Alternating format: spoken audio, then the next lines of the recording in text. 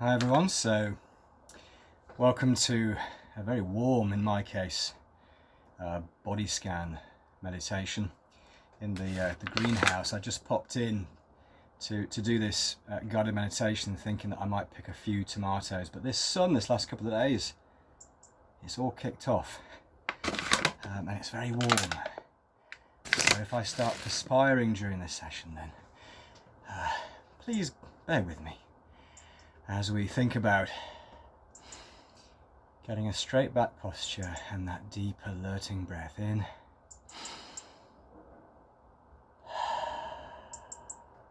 As we have those arrival breaths. 1,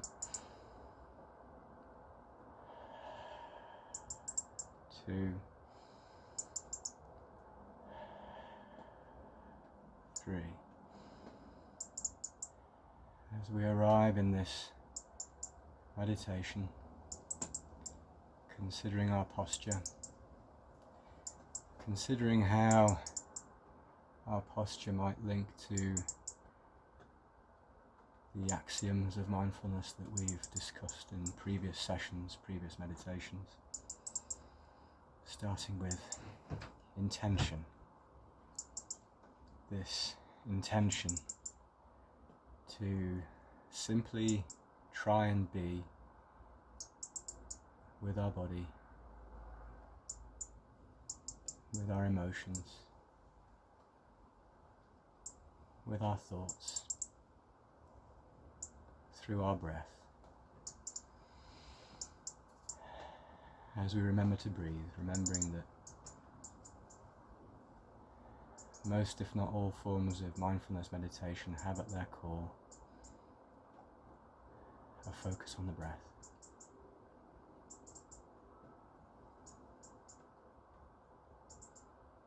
Remembering that if at any point during this practice we struggle with this intention of trying to be in contact with our body and our emotions and our breath, remembering that that's absolutely normal. It's to be expected, it's not a sign of failure. And instead what we invite you to do is to look at that with just gentleness and curiosity, and remembering that you can always come back to the breath. This breath. And the next breath. Wiping the slate clean, if you like, each time, not having to feel guilty or worried that you're not focused all the time, because you won't be. As we then consider our attitudes in this practice and linking to the attitudinal foundations of mindfulness, which Jon Kabat-Zinn codified into as many as 7 or 9, which we don't have to list by number, but they include things like curiosity, accepting that this meditation won't be perfect. There is no such thing as perfect meditation. Letting go of our neurotic desire to control and bend this meditation to our design, to our will. Accepting that that's very difficult, if not impossible, and in point of fact not very helpful. Perhaps when we notice our minds wandering, when we notice things going quote unquote wrong in our practice, just being curious about that and adopting what Jon Kabat-Zinn referred to as a beginner's mind. What is that about? Why is this not going well? But with a spirit of gentleness and acceptance, not to beat yourself around the head. There is no performance management in mindfulness meditation. You just go with your breath. Just notice when you're not with your breath, when you're not with your body, and come back to your breath.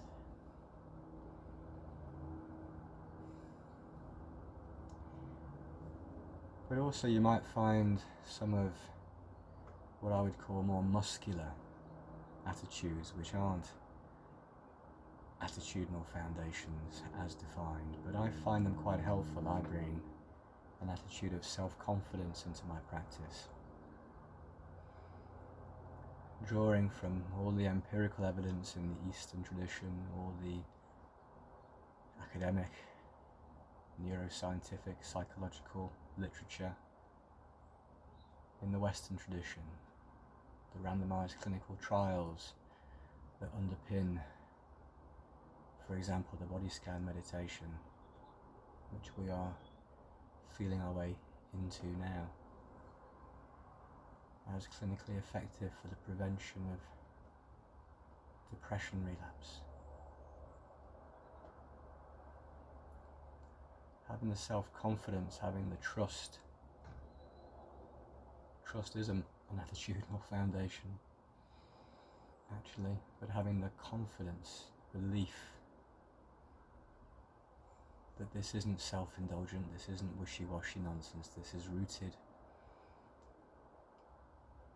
in effectiveness around emotion regulation, stress, our relationship with stress, how we see stress, how we preempt stress by noticing it in our body. And anxiety, rumination, depressive thoughts, the breaking of these unhelpful thought patterns, cycles, attention control, concentration, all of these things improve with regular mindfulness practice. So I bring those attitudes of confidence and belief into my practice as we continue to breathe as deeply and as fully as feels appropriate, as we finally touch upon the final axiom of mindfulness, that of awareness, attention, noticing the signals in our body, noticing when our mind wanders, as it will.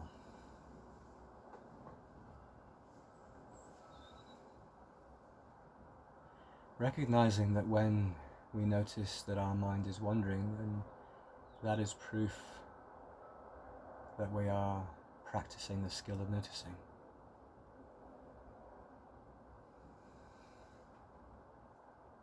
The noticing is the good thing, the noticing is the thing we're trying to cultivate.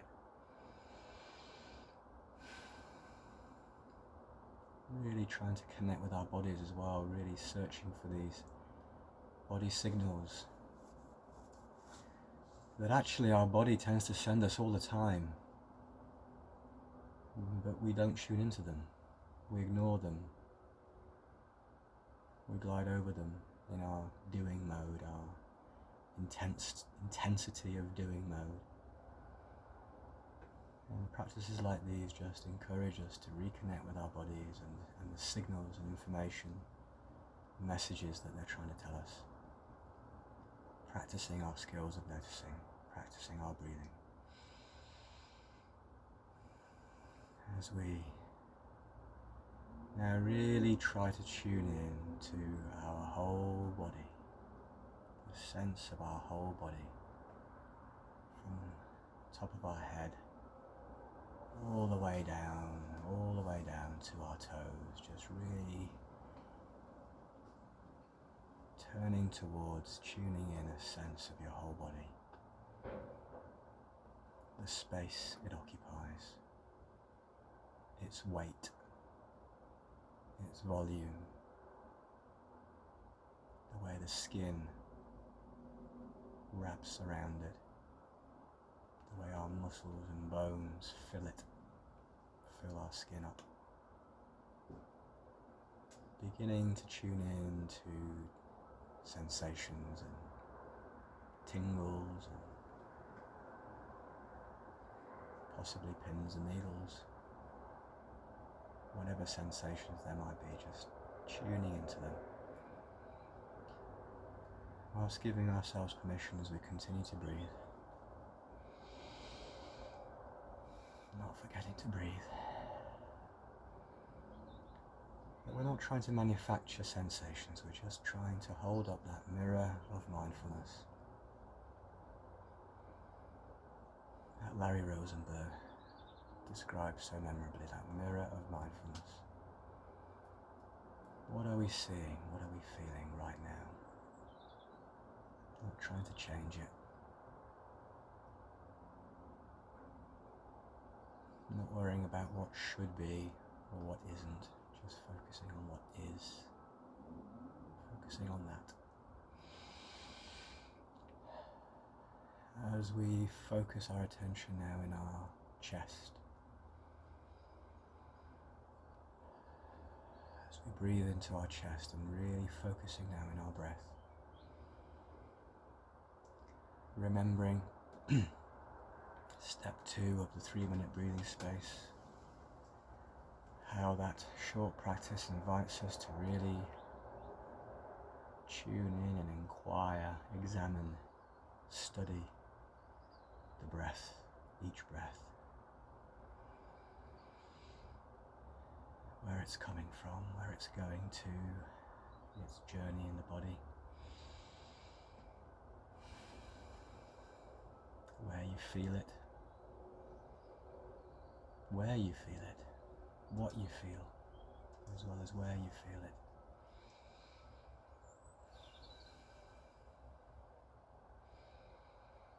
The sensation of the breath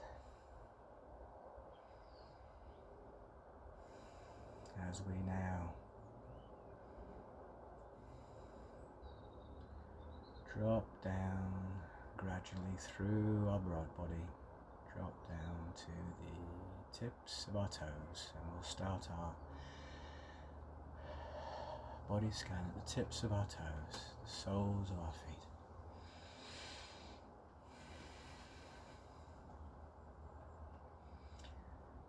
Alive to any and all sensations in those areas.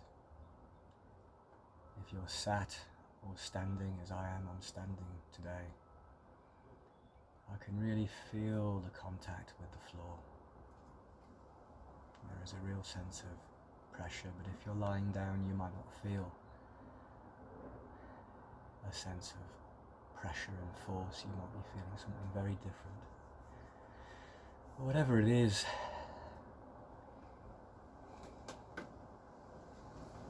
describe it, feel it in your mind's eye. Think about the tone of what you're feeling as well. Think about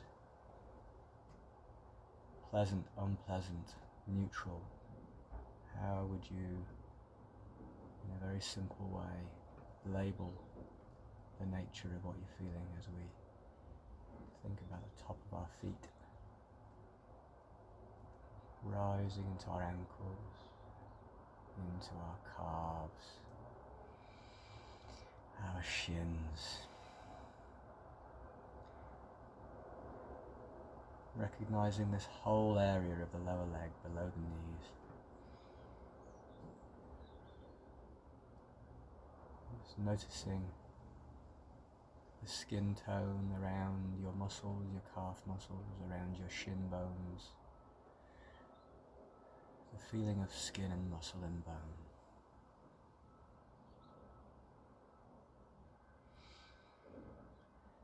As we go into our knees, these are remarkable joints. What are these joints telling us, if anything? Burrowing into them perhaps with our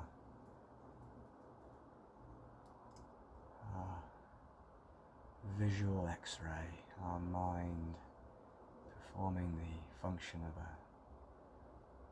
X-ray machine or a CT scan even, just really trying to inquire as to what we're noticing in these joints, what we're feeling in these joints.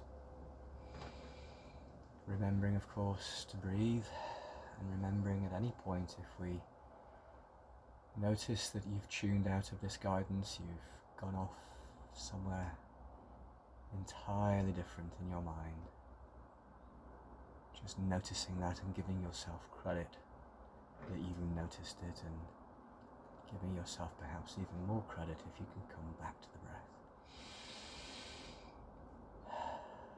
And the next breath.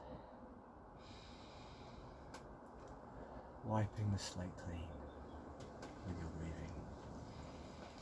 As we go up through or across, along, depending how you're positioned in your thigh muscles. Thinking about how your thigh muscles are now feeding into your buttocks. Noticing any tension in your buttocks. If you're sat down, you might become very aware of the tension that is the product of the work that your buttocks is carrying out in conjunction with your lower back and your spine, to hold your thighs perpendicular to your spine. That takes a bit of doing. If you're lying down, just perhaps noticing how your buttocks absorb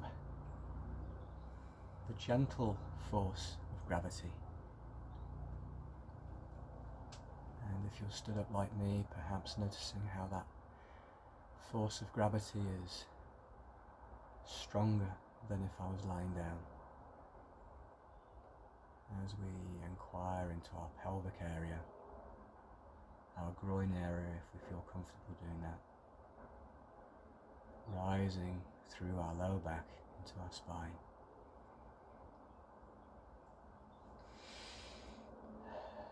Remembering to breathe as we rise up the spine, perhaps fanning out into our lateral muscles. I forget exactly what they're called, those muscles that fan sideways in your upper back.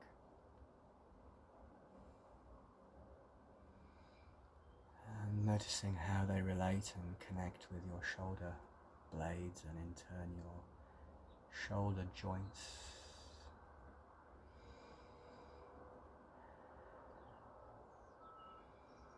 And at this point in the practice, those of you for whom this feels like a good invitation, you might want to just move your shoulder joints, rotate those joints forwards, backwards. And if you do that, and well, even if you don't do that, as you continue to breathe, just notice the feeling tone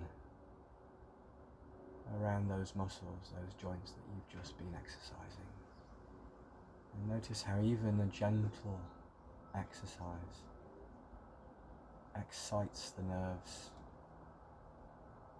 in those areas, gives us something new to notice. As we perhaps do the same, being careful, well, sometimes in the neck I feel tension and tightness and clickiness and poppiness, and the temptation is to really want to crack that neck. I'm trying not to do that. I'm trying to be very sensitive to not hurting myself, frankly. Just gently rotating my neck, trying to loosen it off without breaking anything.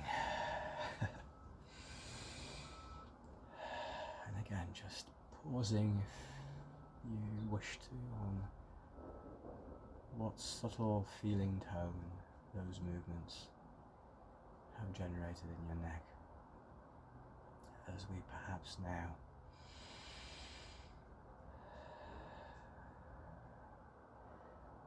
flow our awareness from our shoulders into our biceps and triceps, our elbows, tuning in to any and all sensations as we move across, along, down, whatever it might be, into your forearms. And often as we go along the forearms, the nearer we get to the wrists, the closer we get to the hands, the more sensations we begin to feel. Often we feel more sensations in our forearms than we do in our biceps and triceps. We often feel more sensations in our wrists than we do in our forearms. And we often feel more sensations in our hands than we do in our wrists. Perhaps becoming alive, tuning in to the various sensations. In my case, I have distinct tingles in my fingers, a sense of pins and needles. Not uncomfortable, just tingly. They're neither pleasant nor unpleasant, but I can definitely feel them. As I think about the soft bits of my fingers and the hard bits of my fingers, my upper hands, my palms, my wrists. Breathing into these areas if we wish. Bringing our full attention into these areas.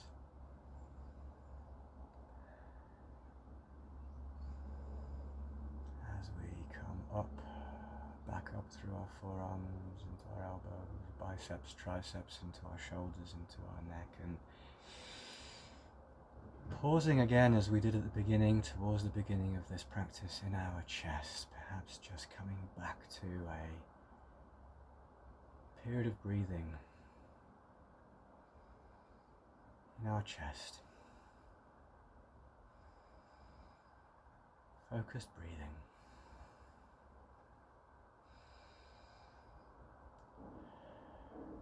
As deeply, as fully, as feels comfortable, leaving you to do that for a few moments.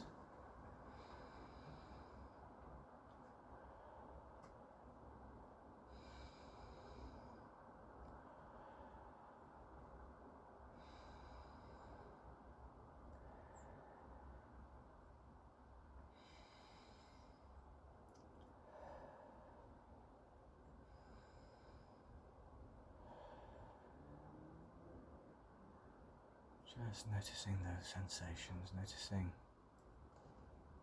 perhaps what, if anything, is happening in the chest, because the chest can be an extremely active area.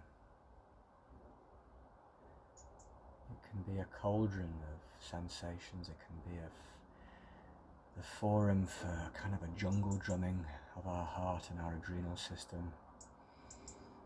It can be the seat from which our body, we can feel it, fires off these darts of adrenaline into our heart, and from there throughout our body, giving rise to an alertness which isn't always very helpful, actually, certainly not in meditation, because the alertness is a call to action. The stress response, the doing response, the alertness, the flight or fight response is not what we're trying to cultivate in mindfulness meditation. It's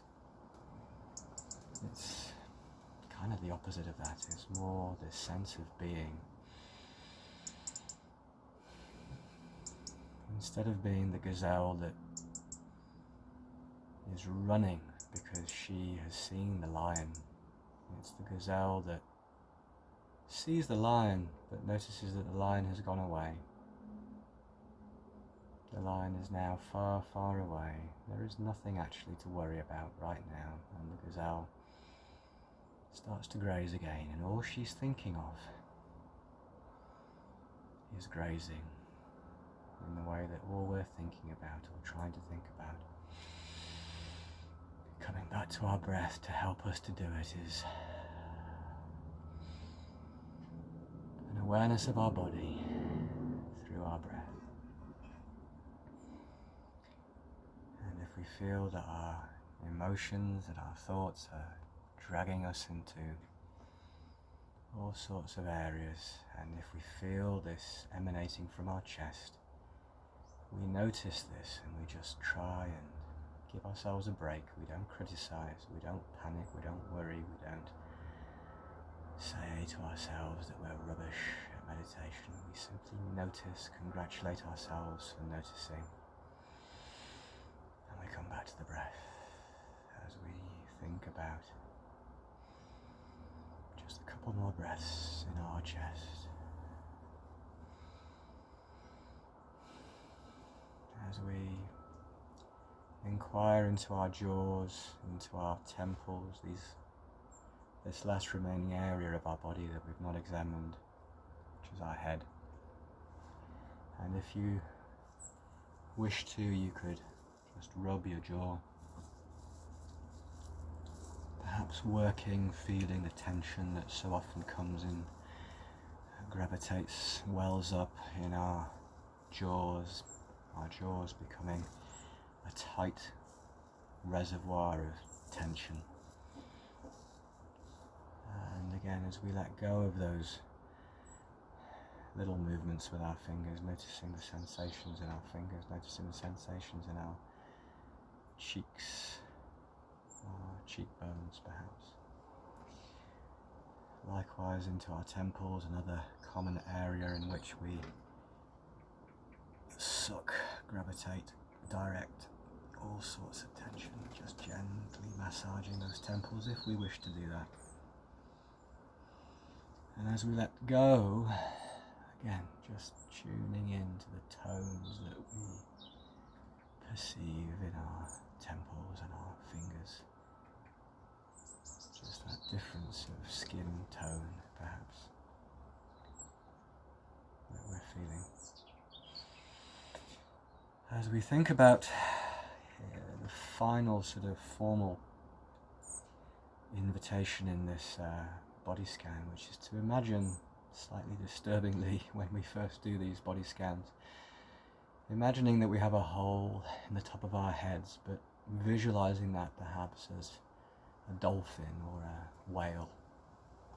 Imagining that we are going to suck air through the hole in the top of our head, and that air, as we breathe in, is going to travel all the way down through our body to and perhaps even through the tips of our toes, and then as we exhale, our breath will then be sucked through our toes, up through our bodies and out through that hole in the head. So if we can visualize what we're trying to do with this final section of the body scan, let's see if we can do that perhaps 3 times. So getting ready, as we perhaps just continue to breathe normally. And now thinking about a really deep breath through the top of your head, out through your toes and out, up, and back out through the top of your head and back down.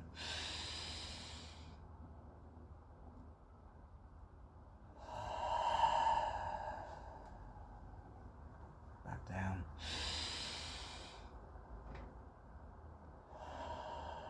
And perhaps allowing you in your own time to do that a couple of times more.